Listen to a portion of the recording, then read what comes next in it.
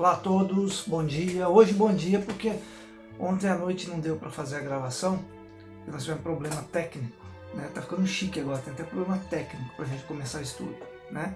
Mas a gente vai dar continuidade no estudo EAD. Nós paramos a semana passada acompanhando a carta aos Filipenses. É o último trecho, né? Que vai estar lá na página 246. Então quem puder ir acompanhando aí, né, no livro, página 246 do EAD. A gente está terminando, é o último tópico da carta de Paulo aos Filipenses, né? Então que Jesus possa nos abençoar, né, nesse trabalho simples, mas a gente está fazendo com alegria, né, de forma a passar um pouquinho esse estudo que a gente tem sentido muita falta, né, de estar junto com todo mundo para fazer esse estudo.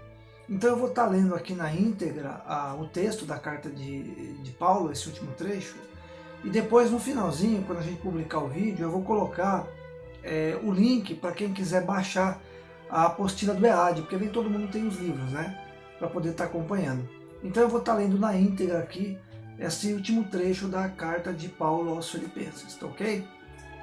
Então ele fala assim: cuidado contra os maus obreiros, cultivo dos bens espirituais. Resta, irmãos meus, que vos regozijeis no Senhor. Não me aborreço de escrever-vos as mesmas coisas, e é segurança para vós. Guardai-vos dos cães, guardai-vos dos maus obreiros, e guardai-vos da circuncisão. Irmãos, quanto a mim, não julgo que o haja alcançado. No caso, alcançado Jesus, né? Mas uma coisa faço, é que esquecendo-me das coisas que atrás ficam, e avançando para as que estão diante de mim, prossigo para o alvo, pelo prêmio da soberana vocação de Deus em Cristo Jesus. Portanto, meus amados e muito queridos irmãos, minha alegria e coroa, estai assim firmes no Senhor, amados. Regozijai-vos sempre no Senhor. Outra vez digo, regozijai-vos. Seja a vossa equidade notória a todos os homens. Perto está o Senhor. Não estejais inquietos por coisa alguma. Antes as vossas petições sejam em tudo conhecidas diante de Deus, pela oração e súplicas com ação de graças. E a paz de Deus, que excede todo o entendimento, guardará os vossos corações e os vossos sentimentos em Cristo Jesus. Quanto ao mais, irmãos, tudo o que é verdadeiro, tudo o que é honesto, tudo o que é justo, tudo o que é puro, tudo que é amável, tudo que é de boa fama, se há alguma virtude e se há algum louvor, nisso pensais.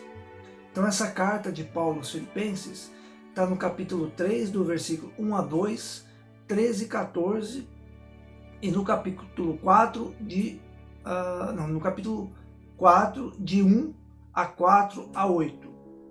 Então qual que é a intenção de Paulo que a gente tenta deduzir aqui dessa carta, quando ele fala cuidai-vos, né, contra maus obreiros e o cultivo dos bens espirituais? E tem algumas coisas que ele fala nessa carta aqui que a gente tem que pensar, né? Primeiro, ele passa uma segurança para aqueles que estão pregando o evangelho naqueles tempos, né? Por que ele fala guardai-vos dos cães, guardai-vos dos maus obreiros e guardai-vos da circuncisão? E a gente lembra que a circuncisão era aquele período, né, onde estavam tentando fazer uma ponte entre alguns judeus, alguns que não eram ainda totalmente voltados à ideia do cristianismo, mas que estavam começando e queriam fazer parte disso. Então havia uma disputa, havia necessidade da circuncisão, não havia necessidade da circuncisão. Então por isso que Paulo falou, né, para guardar-vos dos maus obreiros e guardar-vos de ficar preocupado com essa questão de circuncisão. Não era esse o grande objetivo. O objetivo era que a palavra do evangelho pudesse ser disseminada e sendo feita de entendimento a todos, né? Então o que ele fala também, não ficar olhando para trás, né? Seguir adiante no conceito da busca do aprendizado do evangelho, que é uma luta para nós, né? Através das situações que vai acontecendo na nossa vida, nem sempre a gente está firme, como ele pede aqui, né? A gente procurar estar firme no Senhor. É uma coisa que ele repetiu pelo menos umas 3 vezes, né? E ele fala da soberana vocação de Deus em Cristo Jesus. O que é essa vocação? É o nosso desdobramento do aprendizado cristão. E ele fala de alegria também nesse processo de estar buscando aprender as coisas do Cristo. E quando ele fala regozijai-vos, ele fala da alegria, né? Alegria que seja notória, na equidade. Ou seja, cada membro que estava buscando disseminar a boa nova, que ele tivesse essa equidade, que é o senso da justiça, e que isso pudesse ser notória para todos, né? Não ficar se apegando em coisas pequenas ou mesquinhas, né? Mas apegar-se à justiça da palavra do Evangelho, o valor que a palavra do Evangelho tem para aqueles que estavam já despertados para o aprendizado do Evangelho de Jesus. Então essa carta, esse último trecho, né, da carta, ele fala muito sobre isso, né? Fala sobre a súplica da oração, fala da paz que excede o entendimento, que essa paz vai guardar o coração e os vossos sentimentos em Cristo Jesus. Depois ele também comenta sobre ser honesto em tudo e puro em tudo, né? Quando a gente fala de justiça e de pureza, é um desafio para nós, né? Aprender a viver a vida com essa justiça e com essa pureza, é lógico ainda pela nossa condição de elevação espiritual. Mas é um chamamento que Paulo estava fazendo. Todos aqueles que estavam buscando as primeiras fases do desdobramento da Boa Nova, ainda tinha muita insegurança de que tudo aquilo que Jesus trouxe era realmente, né, o caminho, a verdade e a vida, como por ele foi dito. Então Paulo sempre teve esse cuidado, esse carinho com aqueles que estavam em várias regiões a qual ele escrevia as cartas, para que não perdesse esse desejo e essa vontade de prosseguir no caminho da propagação da Boa Nova, mas com essa sensibilidade para que aquilo que foi ensinado não pudesse ser distorcido, o ensinamento. Então, por isso que o Evangelho é essa sublime, é um sublime despertar para nós, porque leva a pensar, mas só na época de Paulo? Não, se a gente parar para pensar, hoje nós estamos nesse mesmo desafio, né, conosco. Será que realmente esse Evangelho, essa Boa Nova que Paulo colocou, tão bem colocado, com amor tão grandioso por Jesus, será que a gente consegue, nas questões da nossa vida, dos momentos que a gente vive, sempre se recordar da palavra do Evangelho para dar direção para a nossa vida? Esse é o chamamento que a gente precisa, né, na minha interpretação, lógico, né? Cada um vai desdobrando e podem depois fazer comentário também, que esse é o objetivo, né? A gente está como se tivesse um estudo na casa, cada um faz o seu comentário, o trecho que achou importante, né, que leu e que achou legal, para que não fique só na interpretação de uma pessoa, né? Por isso que é legal quem puder depois fazer um comentário acerca de algum ponto que achou importante.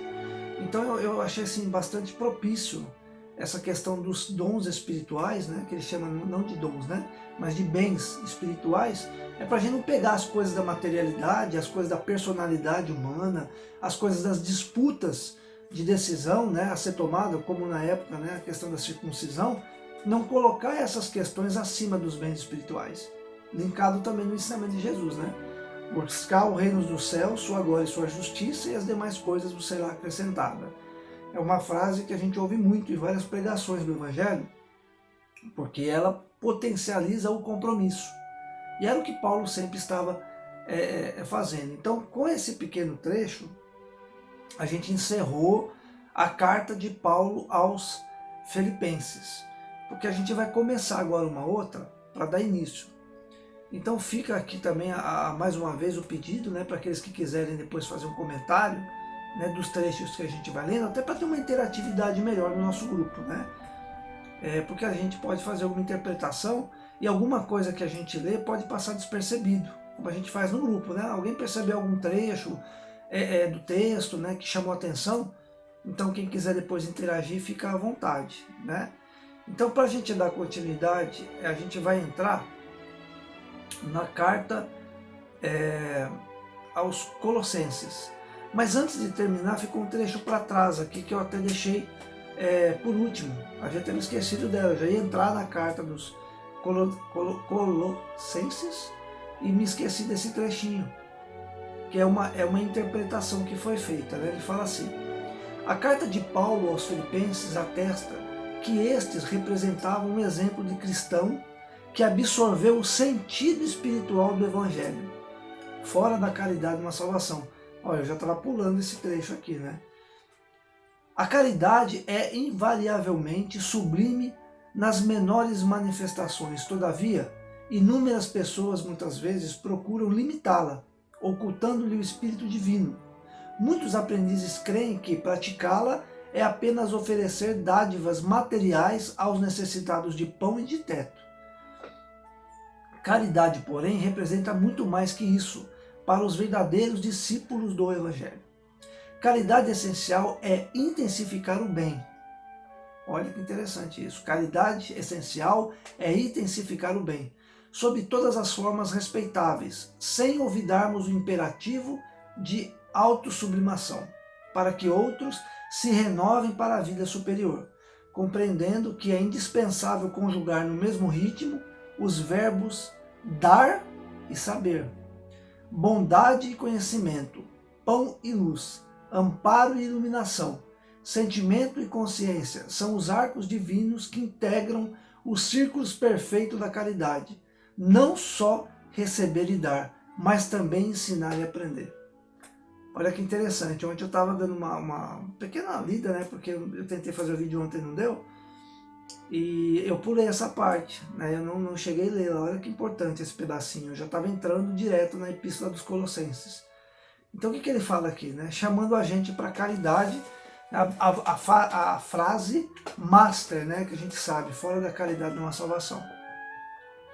E quando ele fala caridade invariavelmente sublime nas menores manifestações, e quando a gente pensa em menores manifestações, o que a gente traz para nós? Como que a gente pode praticar a caridade nas menores manifestações? Será que o momento que a gente está vivendo, que é até difícil deixar de comentar isso, né? Será que a gente está usando da caridade para esse momento que a gente está vivendo? Como diz Meimei, uma frase que, né, a gente já repetiu várias vezes, é legal a gente lembrar, né? Caridade nos pensamentos, nas palavras e nas ações.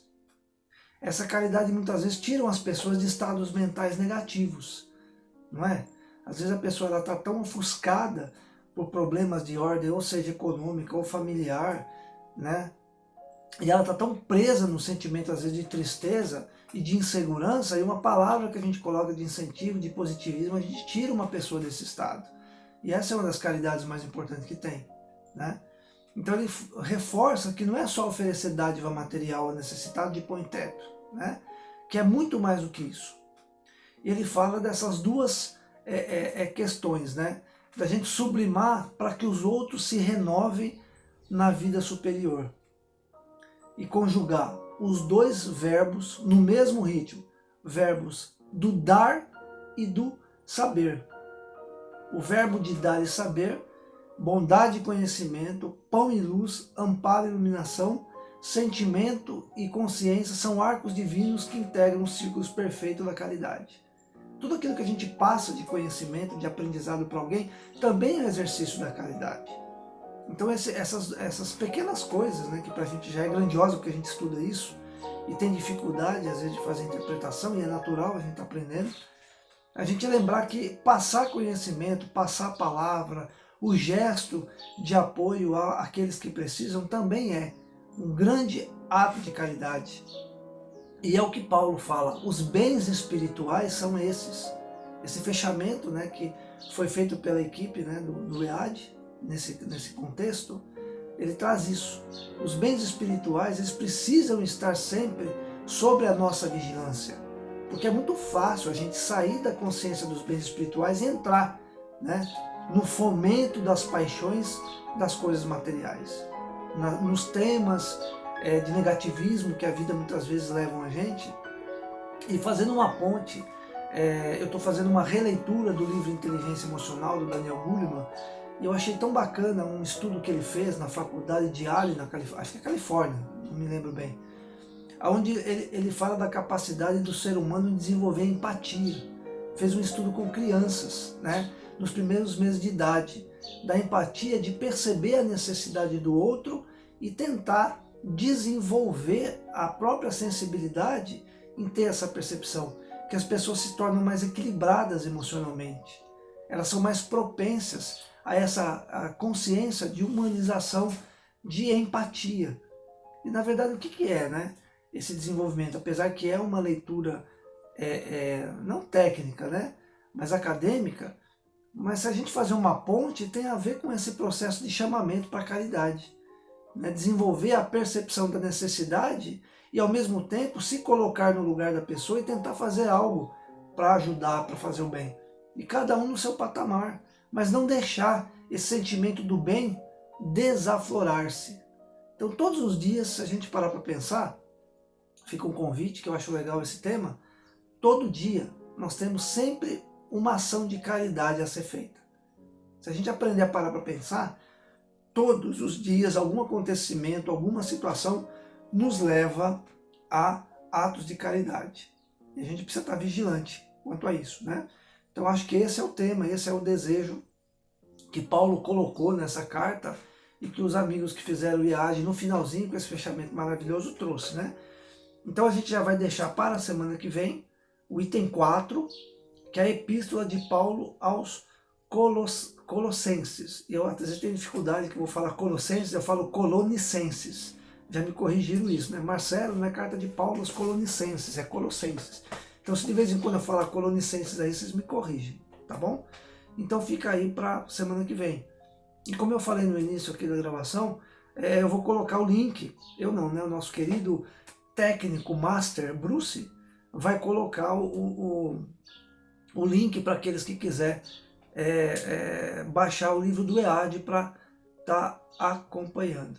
Então, mais uma vez, obrigado, né, por aqueles que estão acompanhando a gente nesse estudo. Como disse, é simples, mas a gente está fazendo assim para a gente poder não perder esse foco de estudo, nesse estudo que para mim, né, já disse isso várias vezes, várias pessoas também já me disseram, está sendo um estudo bacana no nosso grupo, né, uma coisa nova para nós, mas que está trazendo uma consciência do Evangelho primitivo, né, do trabalho que foi feito do Evangelho primitivo. Então que Jesus possa abençoar todos aí em casa, nesse momento de aprendizado. A gente está aprendendo, mesmo à distância, a manter os nossos corações ligados, principalmente na questão do Evangelho, para nos dar diretriz, para agir de forma sensata, coerente, equilibrada nessa fase que nós estamos passando, não se deixando levar pelos caminhos de derrotismos, pelos caminhos de conflitos que a gente às vezes vê acontecer nesse momento. Que a gente lembre que caridade também está no nosso pensamento, na nossa vontade de fazer o bem com as palavras e principalmente com as ações. Um bom dia, né, para todos, e que Jesus nos abençoe no nosso propósito. E até o próximo vídeo, ou nossa próxima live. Até mais.